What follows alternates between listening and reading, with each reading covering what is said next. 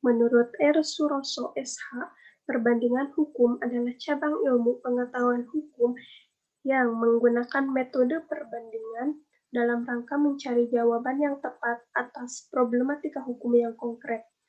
Kemudian, menurut Sudarto, perbandingan hukum adalah cabang ilmu hukum dan karena itu lebih tepat menggunakan istilah perbandingan hukum dari istilah hukum perbandingan. Perbedaan sudut pandang dalam melihat perbandingan hukum, ada yang melihat perbandingan hukum hanya sebatas metode penelitian saja, di samping itu ada pula yang melihat sebagai suatu bidang ilmu hukum. Kemudian, pandangan tentang perbandingan hukum. Perbandingan hukum sebagai sejarah umum. Menurut Joseph Holler, sejarah hukum sama dengan perbandingan ilmu hukum. Kemudian, menurut Sir Frederick, tidak ada perbedaan antara historical jurisprudence dan comparative jurisprudence. Perbandingan hukum sebagai metode. Menurut Surjono Sukanto, secara sederhana, perbandingan diartikan sebagai suatu kegiatan untuk mengadakan identifikasi terhadap persamaan dan atau perbedaan antara dua gejala tertentu atau lebih.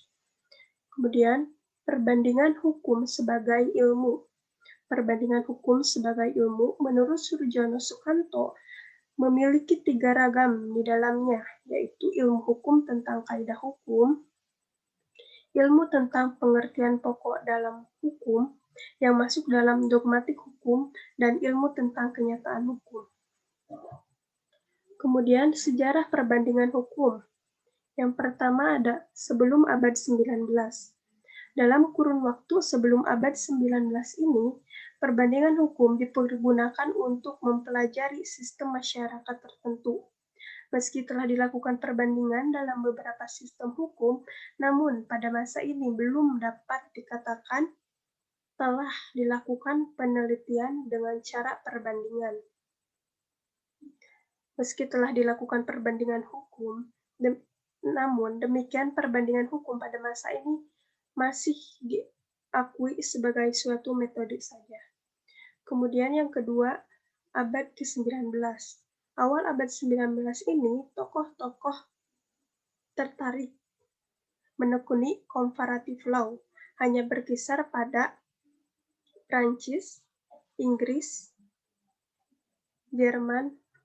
Dalam perkembangannya, baik perbandingan hukum sejarah hukum maupun sosiologis hukum masih telah menjadi cabang ilmu pengetahuan hukum yang berdiri sendiri tapi saling berkaitan. Kemudian, akhir abad ke-19 atau awal abad 20. Perkembangan perbandingan hukum sebagai ilmu pengetahuan baru jelas nampak pada akhir abad 19 atau permulaan abad 20. Meski pada masa ini perbandingan hukum dilihat sebagai sejarah umum atau sejarah universal dari hukum. Ini tumbuh pemikiran yang memandang perbandingan hukum sebagai ilmu pengetahuan yang berdiri sendiri. Kemudian, yang keempat, masa sekarang.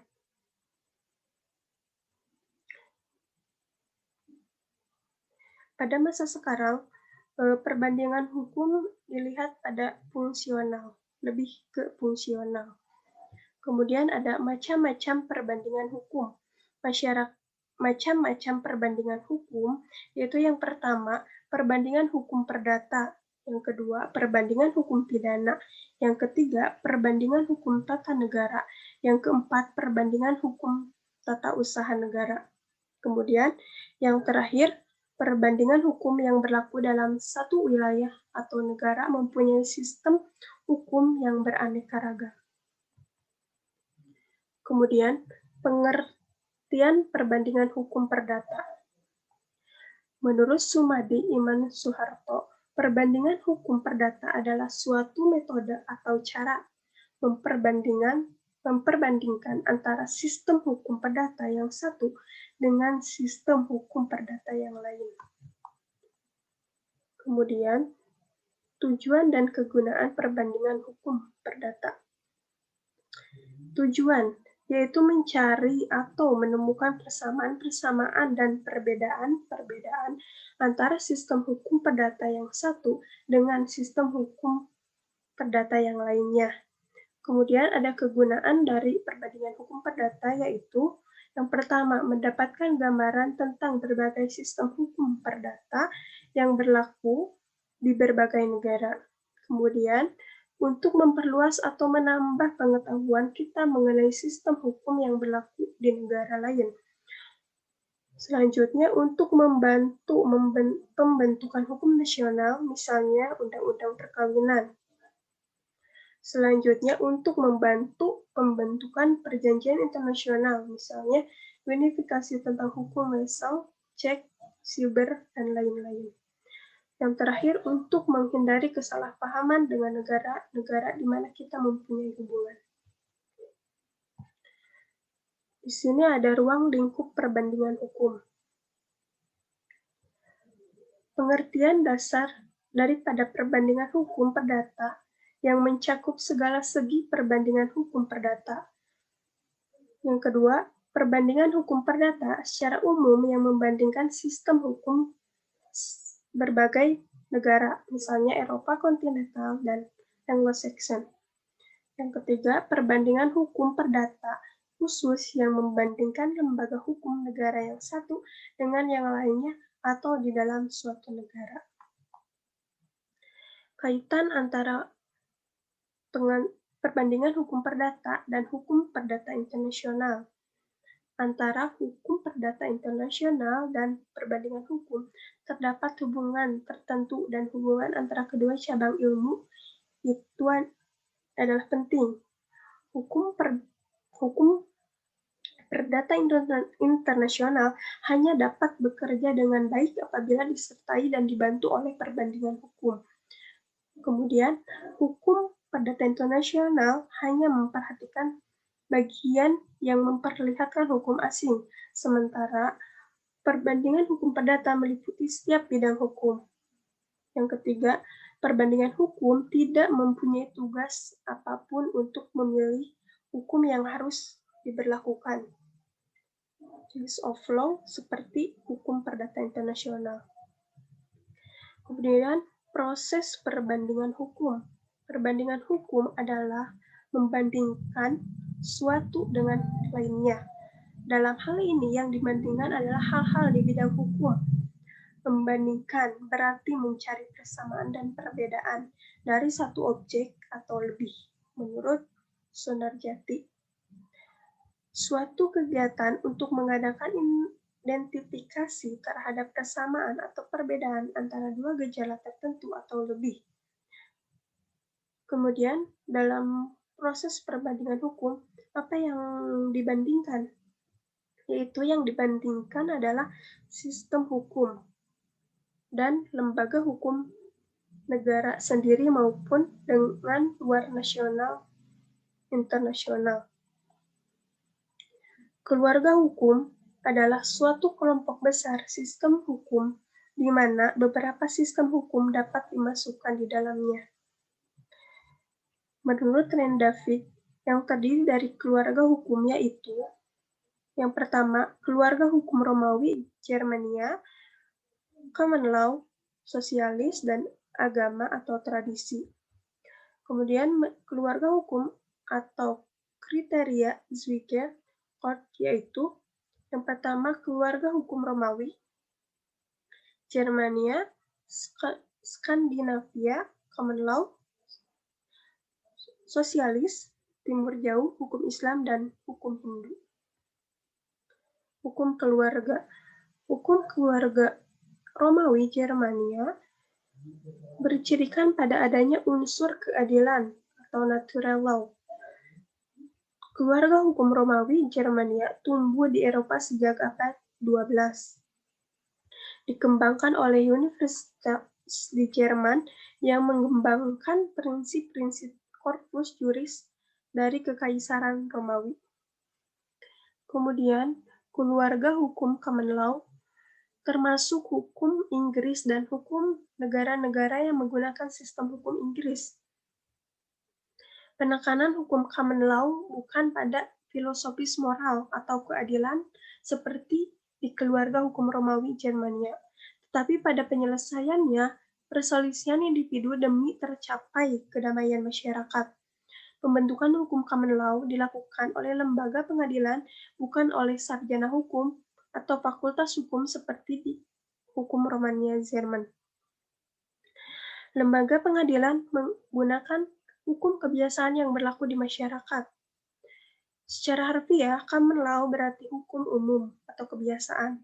Oleh karena itu, hukum kebiasaan atau common law tersebut tidak selalu mencerminkan nilai-nilai keadilan, seperti hak perempuan dibedakan dari hak laki-laki sesuai kebiasaan di masyarakat, sehingga di negara Anglo-Saxon akhirnya muncul apa yang dinamakan dengan equity law yang didasarkan pada natural right atau natural justice. Keluarga hukum Barat. Di dalam perkembangannya, terutama setelah abad 18, revolusi industri, hukum common law, dan hukum Romawi Jermania saling mempengaruhi. Sehingga muncul sistem hukum nasional di Eropa yang tidak dapat khusus dikategorikan sebagai keluarga hukum common law, atau keluarga hukum Romawi Jermani dinamakan sebagai keluarga hukum Barat. Keluarga hukum sosialis berasal dari negara-negara sistem hukumnya menganut ajaran sosialisme yang pertama kali muncul di Uni Soviet. Ciri-ciri keluarga hukum sosialis yang pertama, kolektivisme mutlak, kemudian alat produksi di tangan negara, kemudian yang diutamakan di hukum sosialis ini adalah kepentingan umum dan negara. Keluarga hukum agama, yaitu ciri yang pertama, sistem hukum didasarkan pada ajaran agama. Kemudian, baik di negara yang menganut keluarga hukum Romawi Jermania maupun common law untuk di bidang-bidang hukum tertentu, maka digunakan hukum agama, misalnya hukum perkawinan, hukum keluarga, dan hukum waris. Perbandingannya, keluarga hukum Romania Jermania yang berlaku di negara Eropa yang sosialis tapi bukan komunis lebih mengedepankan kaidah hukum yang bertujuan memberikan keadilan kepada masyarakat umum, natural law. Kemudian, perbandingan yang kedua, keluarga hukum sosialis di negara Uni Soviet dan satelitnya tidak menekankan keadilan individu, tetapi keadilan kolektif. Keluarga hukum Romawi, Jermania, dan hukum common law mengakui eksistensi hak milik individual dengan dasar yang pertama, natural law, the use of reason, the human reason. Kemudian yang kedua, natural right, life, liberty, property, John Locke.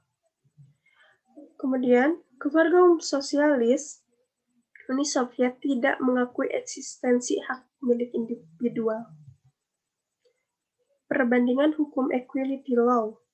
Equality law, rakyat Inggris yang merasa ini bermula dari rakyat Inggris yang merasa tidak memperoleh keadilan karena terlalu rigidnya status law dan asas presiden dalam common law, maka berusaha mencari keadilan di hadapan Royal Court yang disebut sebagai Grand Carry. Kasus-kasus yang diputus dengan equity law pada umumnya terkait dengan kasus-kasus di mana penggugat merasa bahwa ganti rugi uang yang diterimanya tidak layak karena terlalu kaku common law atau state law di Inggris. Pada akhir abad 17, keputusan John Kerry mulai tertata dan konsisten seperti dalam asas presiden, sehingga menimbulkan kelompok hukum baru yang disebut equity law yang dikomprimasikan secara berkala.